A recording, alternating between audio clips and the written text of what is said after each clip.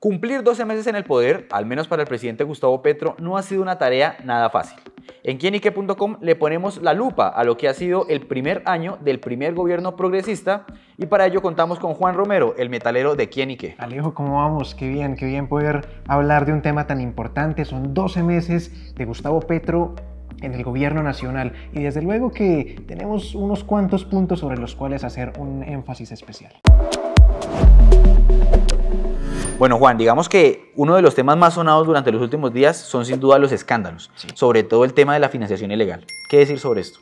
Bueno, esto comienza ya desde hace varios meses. El hijo del presidente, el primogénito Nicolás Petro Burgos, termina involucrado, presuntamente involucrado, con unas declaraciones de la que sería su exmujer Daysuris Vázquez, una persona que la última vez que compartió con la familia presidencial fue justamente el 7 de agosto del año pasado, apareciendo en la fotografía, y que hoy es la persona que con unos chats revelados a medios de comunicación y a la fiscalía tendría contra las cuerdas al gobierno del presidente Gustavo Petro por la supuesta financiación ilegal por parte de personas como el hombre Malboro y otras cuantas figuras bastante polémicas en el mundo nacional. Ojo con estos nombres, ¿no? Porque estos nombres, curiosamente, tienen cosas muy turbias en su pasado, ¿no? Temas de narcotráfico, Sí. temas de paramilitarismo, temas de contrabando. Y pues bueno, digamos que eso está empañando en este momento al gobierno de Gustavo Petro. Sin embargo, no es el único o el primer escándalo que tiene el gobierno en su primer año, ¿no? ¿Qué decir sobre el tema de las chuzadas? Hombre, creo que es uno de los escándalos que más le ha costado reputación y en su momento los picos de popularidad en las encuestas del presidente Gustavo Petro. Sobre la mitad de este año, Laura Sarabia tuvo que salir del gobierno, era una de las piezas clave en el gabinete ministerial, era la jefe de todos los ministros prácticamente, y se vio envuelta en el escándalo de un dinero que se habría perdido en su casa, que al parecer, aquí todo es realmente muy presunto porque es que las investigaciones en este momento están en marcha, pues habría tomado la que era su niñera. Ojo con eso, ¿no? Digamos que el tema en realidad empezó como un problema doméstico que se le creció al gobierno nacional por la pérdida de unos dineros que, como tú mencionas, no se tiene claro cuánto fue. Sin embargo, Laura Sarabia, en declaración ante la fiscalía, dijo que fueron $7.000, ¿no? Sí. Pero también hubo un rumor, ¿no? De que se podía tratar de 3.000 millones de pesos pertenecientes al presidente Gustavo Petro, ¿no? Y ahí es cuando empieza lo turbio, ¿no? De ahí se deriva un examen, una prueba de polígrafo en la casa de Nariño, a los cuales la fiscalía también le pone la lupa y llegamos a las interceptaciones ilegales, a las chuzadas. El tema de las chuzadas evidentemente ha sido tan polémico que dejó un muerto en el camino. Se trata de Óscar Dávila, un coronel de la Policía Nacional y coordinador del paso de seguridad de Gustavo Petro.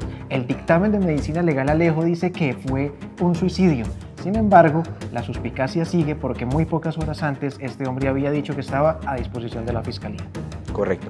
Digamos que quedarnos en el tema de los escándalos da para largo, porque el presidente Gustavo Petro también ha protagonizado varios enfrentamientos con la prensa nacional, con los partidos tradicionales, con sus antecesores, con Iván Duque, con otros expresidentes, con presidentes internacionales. En otros países, el caso Bukele. Correcto. Sin embargo, pues avancemos, ¿no? Sí. Esta discusión del presidente Gustavo Petro con sus opositores también le ha generado problemas en la consolidación de su gobierno, ¿no? De las reformas del cambio. ¿Qué decir sobre las reformas? Hombre, las reformas son el punto de partida y la bandera de gobierno de Gustavo Petro. Es la transformación que él busca y es el cambio mediante el cual él se hizo elegir. El año 2023, en esta primera legislatura, estuvo atravesada por una cantidad de debates donde la primera victoria que tuvo, hay que decirlo, fue la reforma tributaria. Impoluta esa victoria, ¿no? Completamente con el liderazgo de José Antonio Campo, el entonces ministro de Hacienda. Ya no está José Antonio Campo, y con esa reforma tributaria pues justamente se pretendía la financiación de las que siguen. Está la reforma de la salud, que no está muerta, Alejo. La reforma de la salud está en cuidados intensivos. ¿A la espera de qué? A la espera de lograr los apoyos y las mayorías en esta segunda legislatura que arrancó hace muy poco, el pasado 20 de julio, está también la reforma pensional, que va muy de la mano de la reforma laboral, que tuvo en su momento varios encontronazos por polémicas como Rappi, por la reducción obviamente de las jornadas laborales y un discurso que muchos consideraron ideologizado por parte de la ministra de Trabajo. Es correcto. Asimismo, recordar la reforma política, que digamos que también fue parte de la fractura de la coalición de gobierno e incluso dentro de la bancada de gobierno, porque partidos como el Partido Verde decidieron apartarse de esta iniciativa, pues al considerar que era nociva para la democracia en Colombia, ¿no? También tenemos la reforma a la justicia, que tampoco tuvo trámite. Y aquí tenemos otra de las grandes derrotas del gobierno Petro, ¿no? El sometimiento a la justicia de las bandas criminales y la consolidación del proyecto de paz total del gobierno Petro. Esto sin lugar a dudas deja al gobierno en una posición bastante incómoda, puesto que la paz total ha sido y sigue siendo uno de los móviles de este gobierno. Hace muy poco, justamente esta semana antes de cumplir su primer año, lograron establecer un cese al fuego bilateral con el ELN, ¿no, Alejo? Correcto. Ese cese al fuego inició este 3 de agosto, va por 180 días. Sin embargo, existen dudas, ¿no? No están consolidados los protocolos, se siguen registrando problemas de orden público, sobre todo en las regiones, y pues bueno, digamos que esperemos a ver cómo avanzan estos 180 días, a ver si se puede prorrogar. Pero bueno, digamos que volviendo un poco al tema de las reformas, sin duda alguna lo que le ha generado el problema al presidente Gustavo Petro para consolidar sus iniciativas es los problemas con los partidos tradicionales, la bancada de gobierno y la salida de los ministros. Bueno, sin lugar a dudas, vamos a empezar hablando con la ruptura de ese gran pacto político que el presidente Gustavo Petro había hecho para llegar al poder.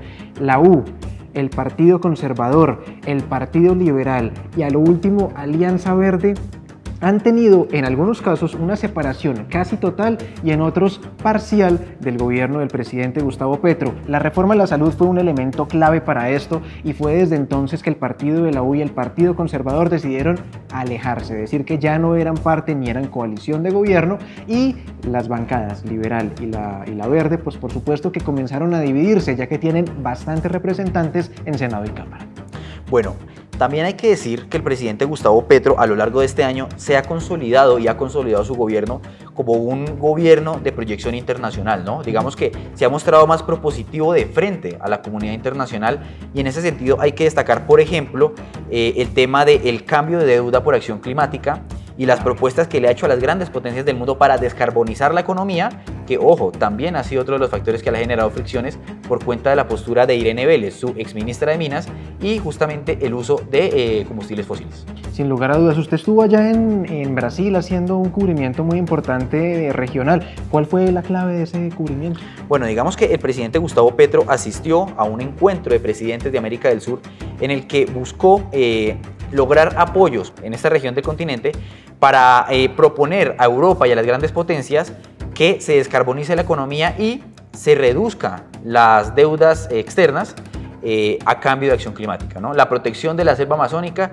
que claramente es uno de los puntos más importantes que tiene el presidente Gustavo Petro a lo largo de este año. Este, sin lugar a dudas, es el tema más global tratado por el presidente Petro de cara a su proyección internacional, pero el restablecimiento con las relaciones en Venezuela ha sido un elemento clave. Recordemos que el año pasado, sobre los últimos meses, se reabrió la frontera terrestre y que las relaciones directamente con el presidente Nicolás Maduro, bueno, han venido de menos a más. Podríamos pisar otros cuantos temas, pero ustedes saben que el tiempo en medios es bastante reducido. Sin embargo, les dejamos aquí algunas de las claves de lo que ha sido el primer año del presidente Gustavo Petro, y espere de la mesa política de Quinique.com un cubrimiento sensato, amplio, argumentado y crítico sobre esta y demás administraciones locales en la política nacional.